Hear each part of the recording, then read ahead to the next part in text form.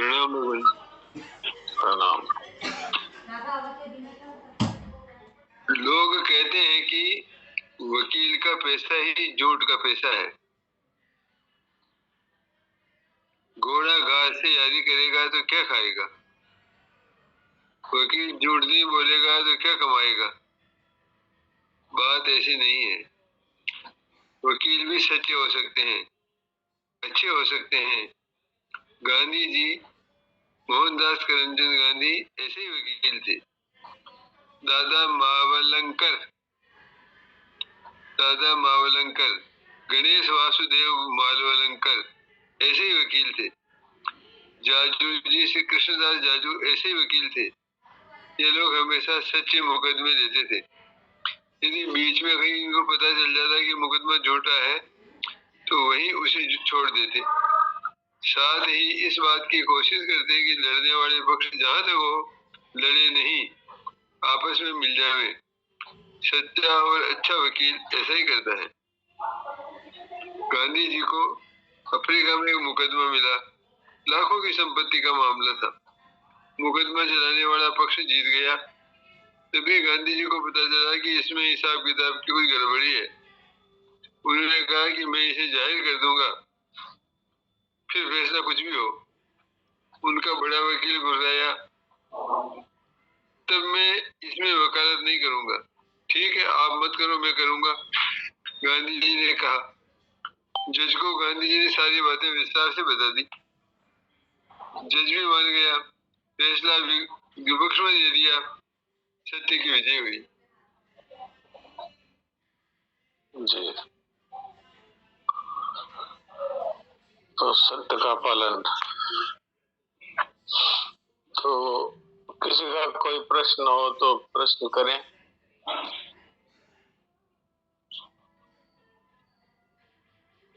अपने साधन संबंधी कोई सुनील दास जी बोलिए।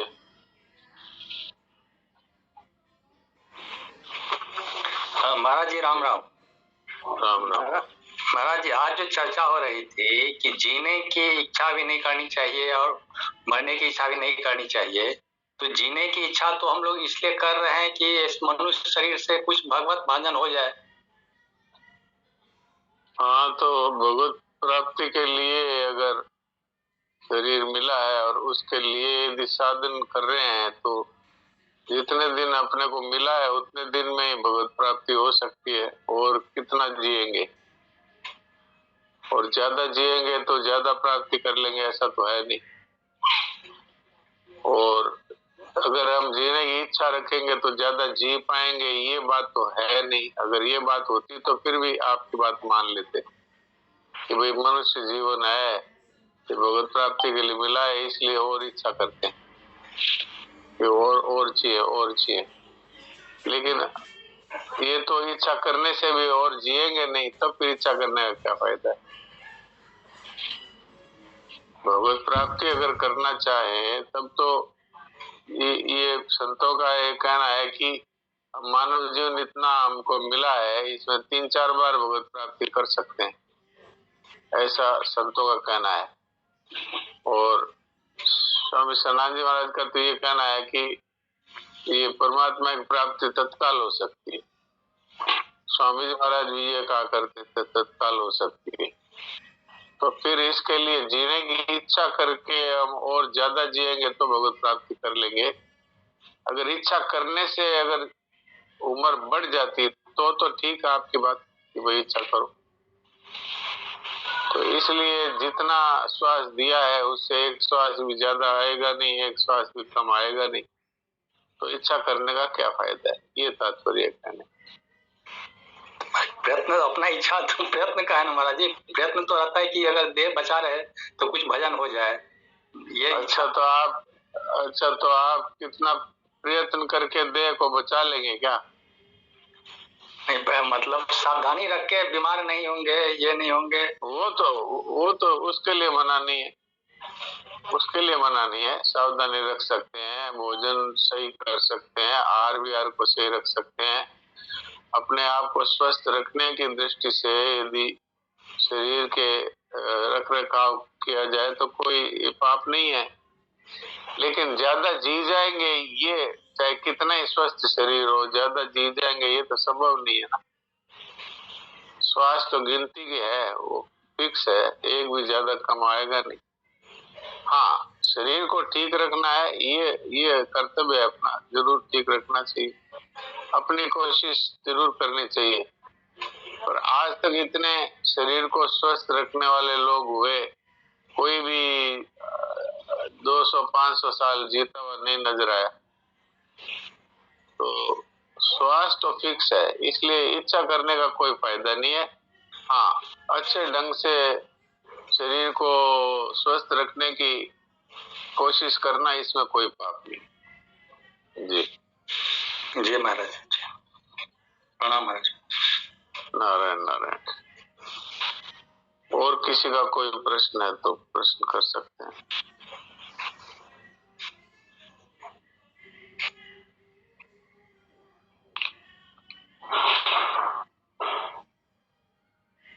कल तो देवकी जी नहीं दिखे थे, आज तो दिख रहे हैं, तो देवकी जी को मैं होस्ट बनाता हूँ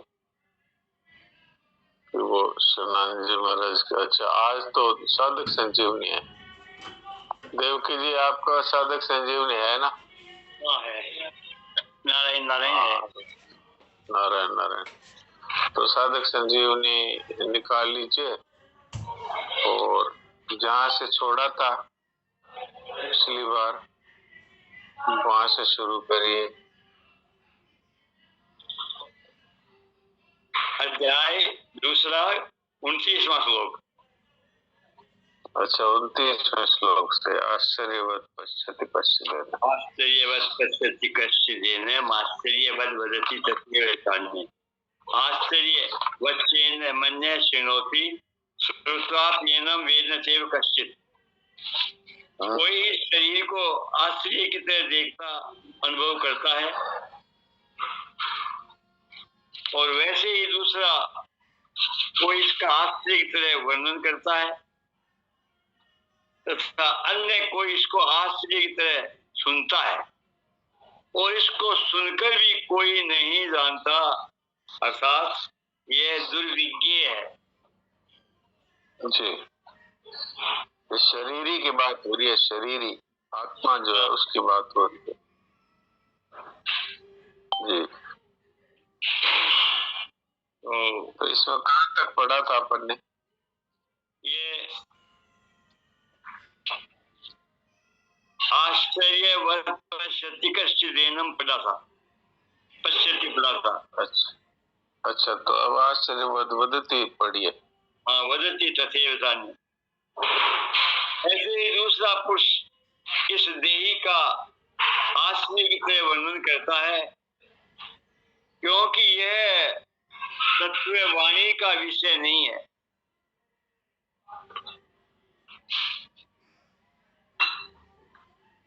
जिससे वाणी भी प्रकाशित होती है, वह वाणी उसका विषय कैसे कर सकती है?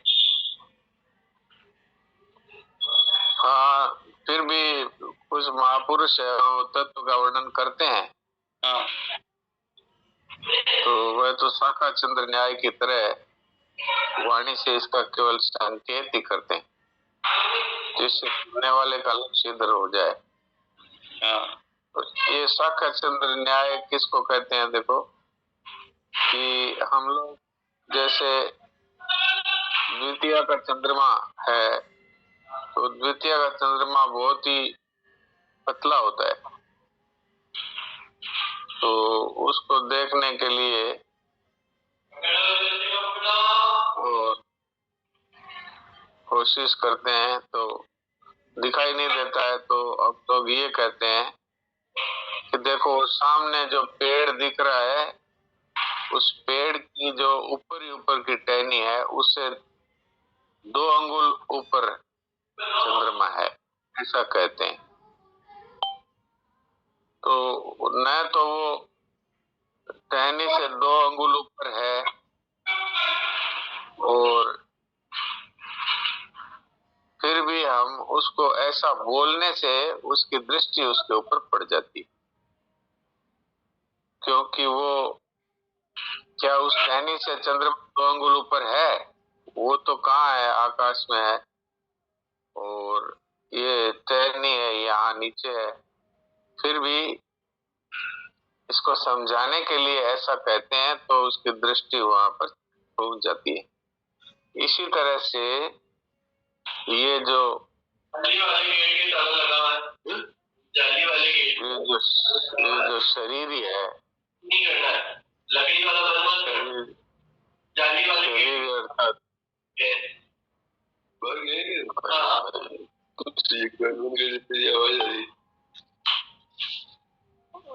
आवाज आ रही। रामनारायण जी का माइक खुला था, अब मैंने बंद किया है। तो रामनारायण जी, आपकी बात पूरी हो जाए जब आप माइक बंद कर दिया करो, क्योंकि बहुत तेज आवाजें आ रही थी वहां से, तो बीच में सबको इससे व्यवधान होता है। अब तो मैंने बंद कर दिया आपका माइक। तो शाखा चंद्र न्याय की बात हो रही थी। तो ये है शाखा चंद्र न्याय, आपको समझ में आ गया होगा। जैसे आकाश में चंद्रमा नहीं दिखाई देता, तो ऐसा कहते हैं कि भाई देखो, ये छत के ऊपर जो आपको टहनी दिखाई दे रही है, छत से ऊपर की तरफ ये पेड़ की टहनी पहुंची हुई है, और उसके 2 अंगुल ऊपर चंद्रमा है, ऐसा कहते हैं। तो वास्तव में वो चंद्रमा तो कहाँ पर ही है, लेकिन 2 अंगुल ऊपर है उस टहनी से, ऐसा कह देने से हमारी नजर उधर पड़ जाती है।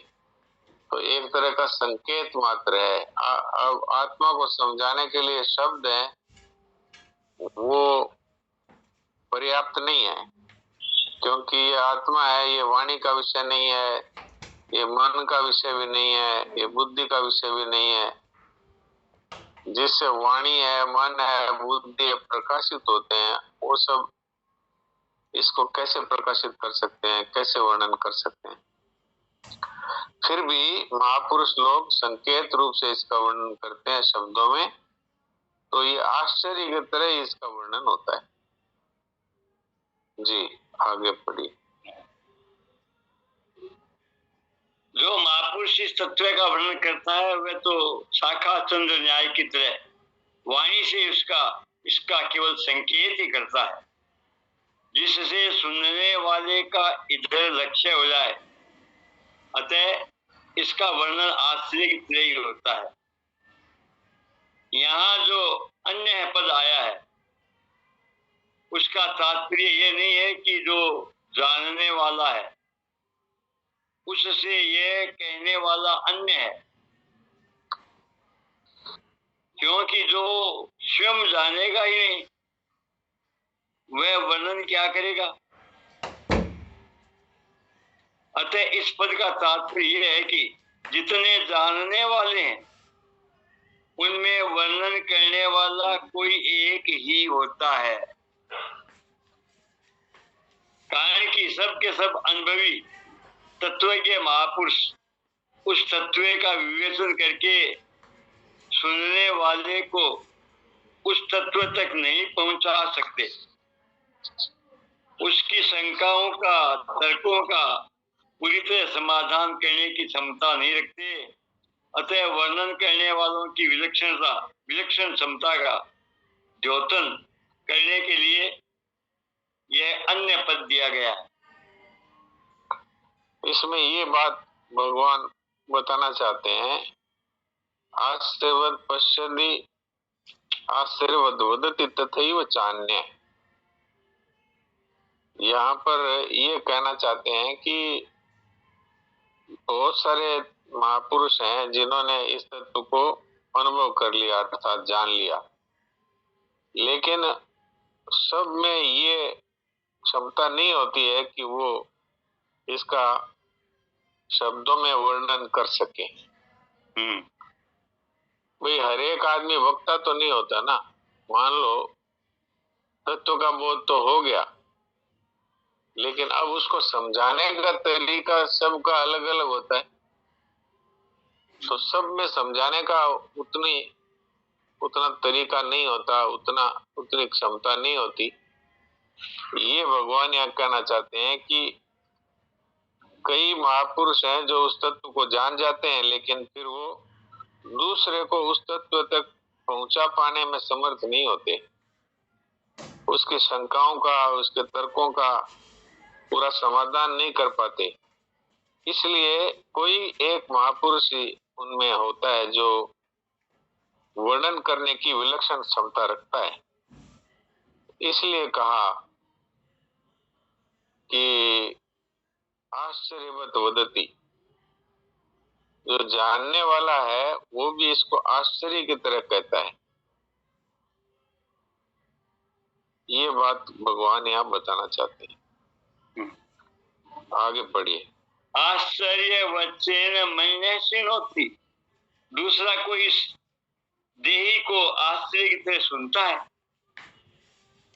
तात्पर्य है कि सुनने वाला शास्त्रों की, लोकांतरों की जितनी बातें सुनता आया है, उन सब बातों से इस देही की बात विलक्षण मालूम देती है।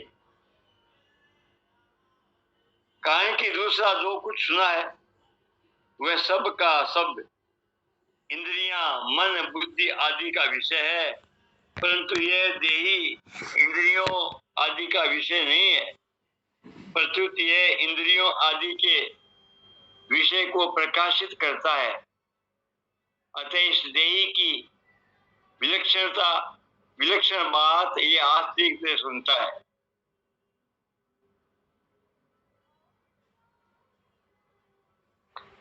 यहाँ अन्य पद देने का तात्पर्य है कि जानने वाला और कहने वाला, इन दोनों से सुनने वाला वो जिज्ञासु है, वो अलग है।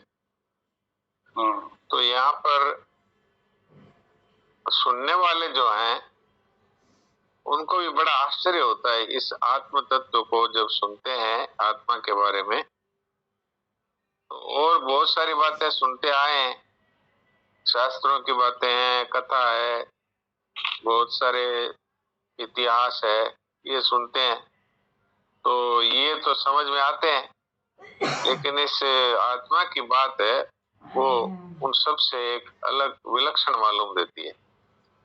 कारण कि जो कुछ भी इतिहास, पुराण, शास्त्र सुना गया है वो सब का सब तो मन, बुद्धि आदि का विषय है।